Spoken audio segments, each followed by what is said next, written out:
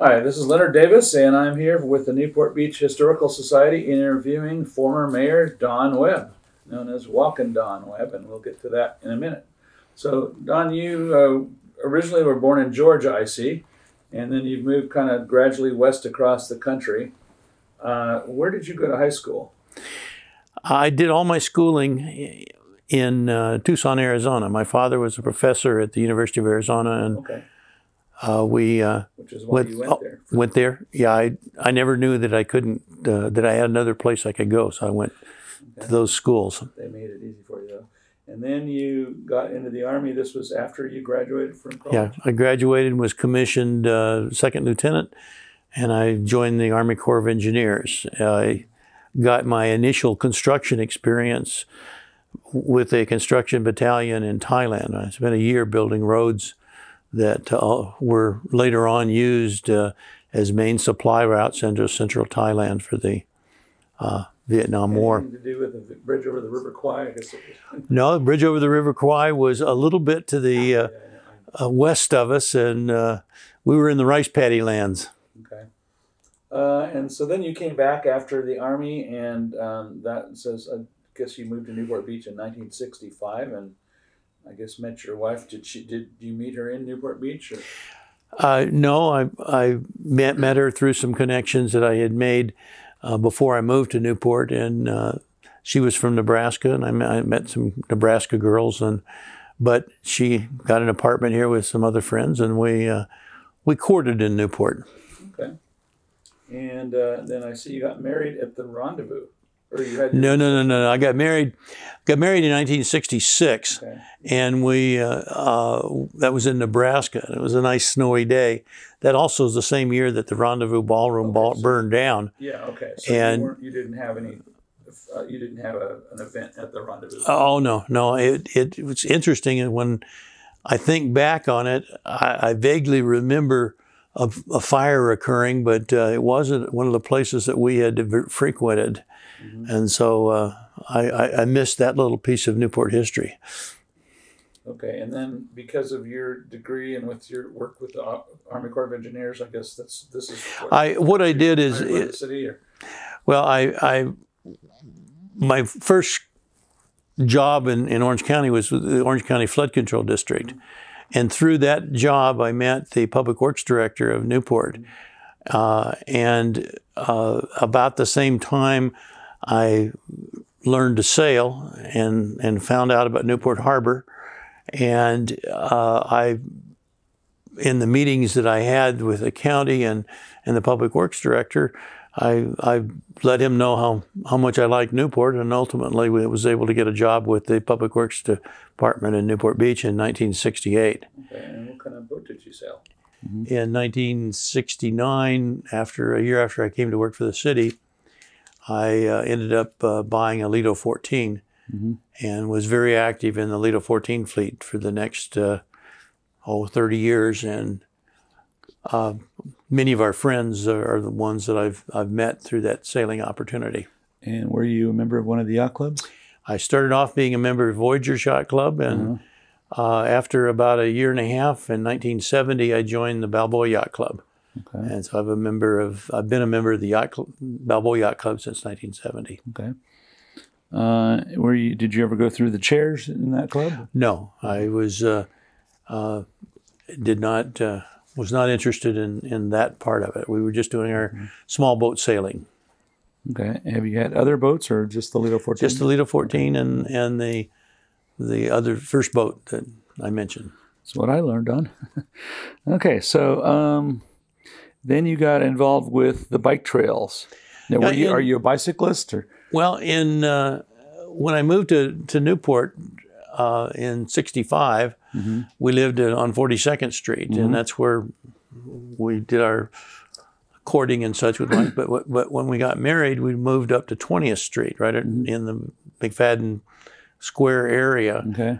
And in '68, when I was hired by the city, I got a bicycle because it was only about a mile and a half to the city hall. Mm-hmm. And so I rode my bicycle. It was an old beat up clunker, but it still did a good job of well, taking me from one place to the other. But I developed an interest and was appointed the staff representative to the city's Bike Trails Committee.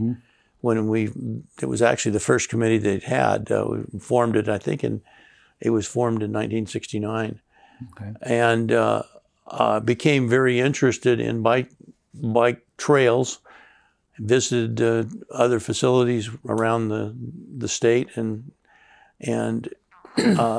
worked with the Bike Trails Committee on a master plan of bikeways, and began to add bike facilities to our road projects as we went. And we had the first bike trail that we actually put together was at the request of the then head of the Bike Trails Committee, which is Mary Barrett Blake.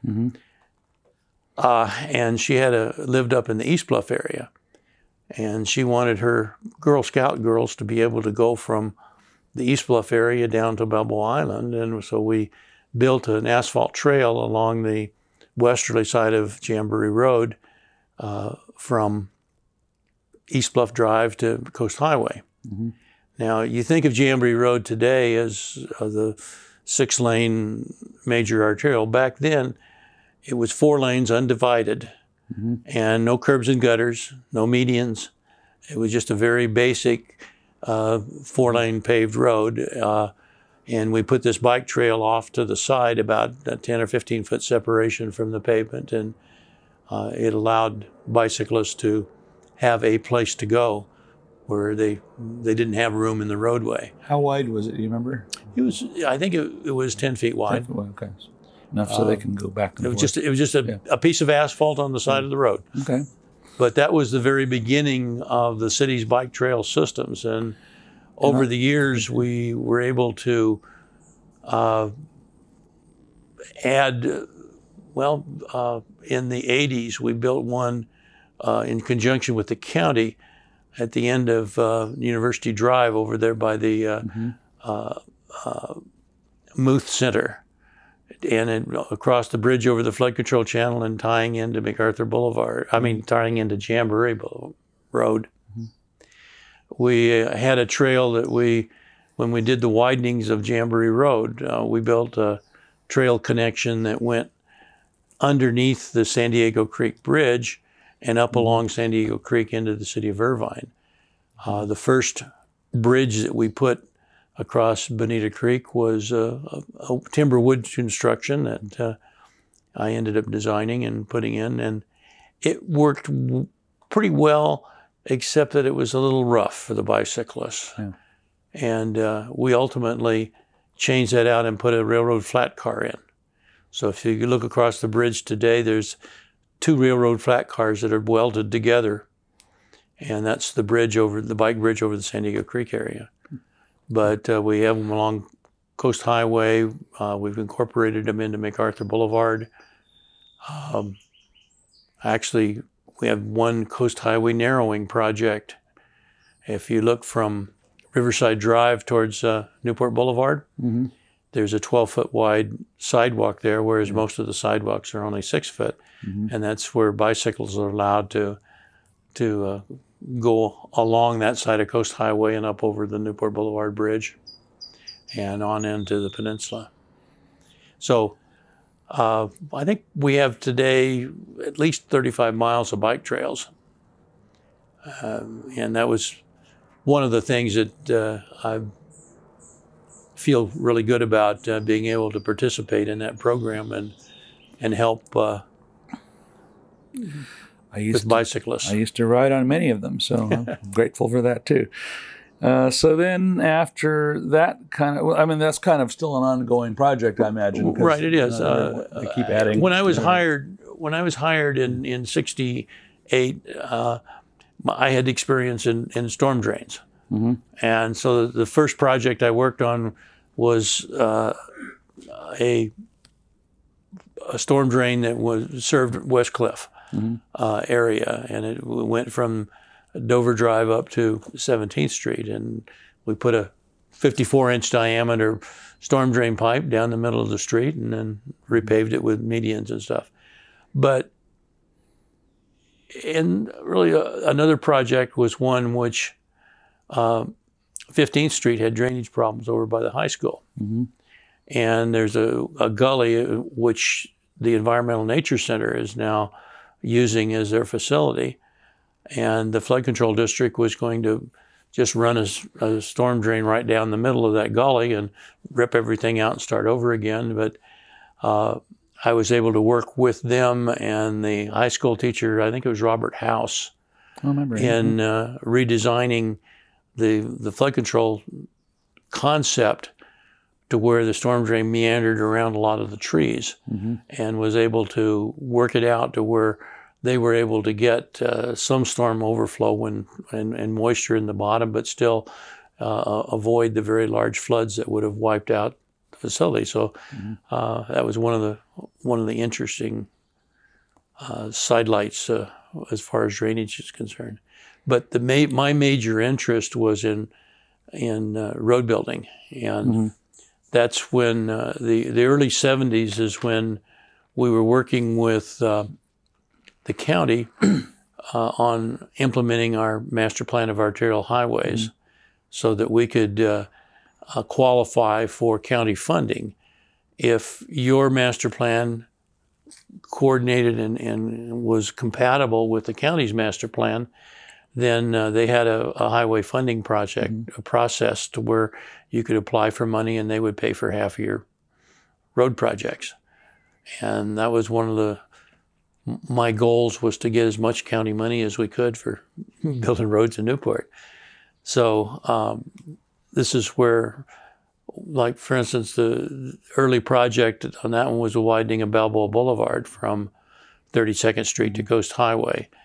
As well as 32nd Street, because 32nd Street was only a 30-foot wide street, and today it's 84 feet right-of-way width. So during that process, I learned how to acquire right-of-way. I ended up having to buy, I think, probably 40 to 45 properties along those two roads to implement the widening, and so that was an experience for me. And then about that time, they were going to build a freeway through this town. That's so true. I'd like to know what was your involvement with that. Well, as I mentioned, the Orange County Master Plan of Highways included the Coastal Freeway, because that was on the state freeway master plan.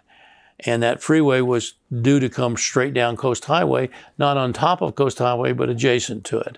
And through Newport, it would have gone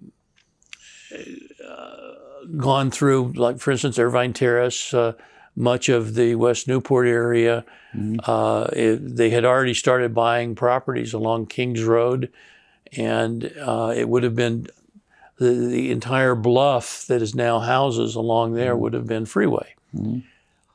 A number of activists within the community in the late 60s and early 70s formed a coalition called the Freeway Fighters. And in 1971, they were able to get a ballot measure qualified within Newport Beach, in which the city voters passed a charter amendment that prohibited that freeway in Newport, as well as it indicated that the city would have to go to a vote of the electorate in order to approve any freeway agreement within the city, which in effect. Were you a member of that group? No, I was not. I was as a staff. The staff was not would not have been a part of those types of groups. As this was a. You had to stay neutral. Yeah, I had to.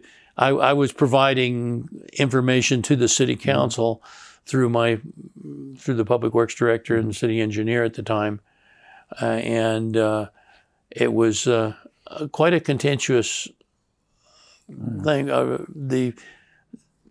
The state highway department did not want to relinquish any ability to build their freeways, and but yet the communities were quite impacted by that. And was there a sizable number of people that in the city that was in favor of this freeway? Because I don't really remember that. No, there wasn't. Yeah. However, it's interesting because in the late 50s and early 60s, the city council had approved freeway agreements, which allowed Caltrans to begin acquiring right-of-way and setting right-of-way aside. And it wasn't just for Coast Highway; it was for the Corona Del Mar Freeway too. And that freeway was destined to follow MacArthur Boulevard all the way down and join the coastal freeway at Coast Highway. And that took a significant swath of land. If you look at aerial photos today, you'll be able to see the outlines of what that freeway would have looked like, because the Irvine Company in their development process set aside right-of-way to allow for the construction of the freeway. So if you look, would that be where the current city hall is right now? Was that? Yes, yeah. The current city hall. That, yeah. The freeway would have had a frontage road on MacArthur Boulevard on one side and Avocado on the other, and where the city hall today is would have been the part of the freeway. And that swath of land went up MacArthur. If you look at where Ford Road joins Bonita Canyon Road today, the tract developments that are right there on the, I guess it would be the southwest corner, was where a loop ramp was supposed to come in. And so that's a big triangular ramp in there that would have been there, but now is residential homes.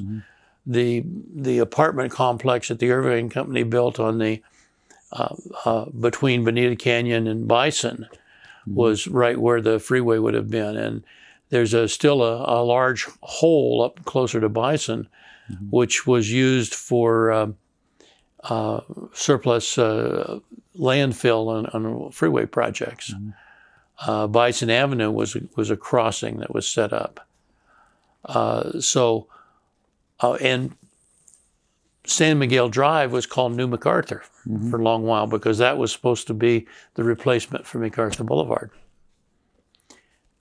So when the 71 election occurred, that put the freeway agreements for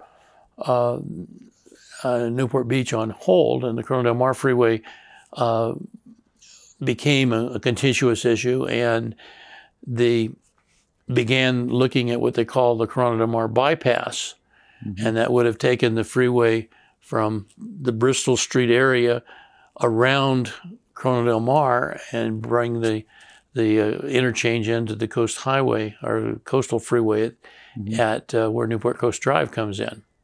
And Newport Coast Drive was originally laid out and planned to be a part of that development. That began the planning process of trying to find a replacement route for the Coastal Freeway, and a number of routes were looked at. One would be a major arterial along the San Joaquin Hills Road, which would follow the ridge line all the way down in through Laguna. Ultimately, in the 80s, the toll road agency was formed to look at trying to put together a toll road to replace this coastal freeway. And that's when the alignments were adopted along the Route 73 toll road, the San Joaquin Hill Transportation So instead of Corridor. going down to Coast Highway, it went down that toll road. It went along that roadway. Okay. And but San Joaquin was still considered a major access point into the Newport Coast area. Also, around this time, the Irvine Company had plans for the Irvine Coast development, in which they were going to have a very large development in Newport Coast, what is now the Newport Coast area. And there became there was a citizens activist group that was formed to oppose that. And so the Irvine Company withdrew their plans for that development. And while they were working out details in conjunction with all of this is coming together in the early 70s. Mm-hmm. In 1970, I believe it was 70 or 71, the CEQA Act, the California Environmental Quality Act, was passed. Okay. 2 years after that, the Coastal Commission was formed. Now, both of those changed the way projects were planned, and you had to go into much more detailed planning documents to build anything, particularly road projects that were going through potentially sensitive areas. So as those things came about, and the Coastal Commission became more active, people got the ability to look at those large swaths of land like was between Newport and Laguna Beach. And so the Irvine Company had to pull back and reassess their plans for the development of what was then called Irvine Coast, ultimately, and now the Newport Coast. Now, I may be not getting all of this completely straight, but that's sort of what happened. Well, I live in Newport Crest, and I know that was started in 72, and I'd heard that they managed to be like the last project to get through before the Coastal Commission Act went into effect, and that the developer was in such a hurry to lay foundations that he kind of went broke or whatever because he did too much. Do you know anything about that? Or not really. I remember that it was graded, and the lower portion that was graded was actually Caltrans surplus right-of-way. Yeah. Caltrans looked at that and said, hey, we're going to snap this up. And they did that before the 71 voters initiative. It's interesting. I wrote the city's first environmental document for a road widening project. And that was for the widening of Coast Highway from essentially Newport Boulevard over to the Santa Ana River. And it was a 6 or 7 page document. And I was able to use an exhibit that was actually reproduced on a color Xerox machine. It was a brand new invention back at that time frame. But environmental documents have gotten significantly different in the last 50 years. Okay, so then I see in the notes here that you got involved with the Upper Bay Natural Preserve. Yeah, the 1975, Frank and Francis Robinson led a campaign to acquire the Upper Newport Bay for a nature preserve. Well, there's a document that was put together by one of my predecessors named Presley for the city and county and ultimately the Irvine Company in the 60s, early 60s, in which it showed for how a development could occur in the Upper Bay. And it would be a full harbor development up there. Well, people were very concerned that type of development might get rid of the natural aspects. And so as Frank and Francis Robinson were two that kind of led the charge and were successful in getting the state to purchase the Upper Newport Bay area, and ultimately that turned into the nature preserve that it is today, and it's a wonderful resource. And you were still on the city staff then, so you really weren't involved in any of the activists No, I was on the periphery on a lot of these things. Well, so how were you? I mean, you just basically were just providing information, or I mean, well, when you as a city employee, the city adopts a budget every year. Okay, and each department is given tasks to do, and in my particular instance, I was working with road building, and so that my most of my tasks had to do with the implementing of the city circulation system. In the 70s, the community became very concerned with traffic congestion. For instance, I have some pictures that I could show you that show, and I think it was 1975 or 76, the daily occurrence on Coast Highway between the Back Bay Bridge and Jamboree. The traffic was 2 lanes because it was only a 4-lane road. I remember that. And it was backed all the way through Jamboree Road. And that was a daily occurrence. And so this was one of the items that we were working towards doing, is trying to provide for all that future traffic that was occurring, because when I came to work for the city in the 70s, everything was pretty much developed on the westerly side of the bay. But we were still growing on the easterly side of the bay. So you had developments like the Harborview Homes. The upper Harborview was under construction. You had Big Canyon was under construction. The Bluffs was being constructed. You had out the Buffalo Hills Park area, the Port Streets was under construction. So you had a substantial amount of construction going on.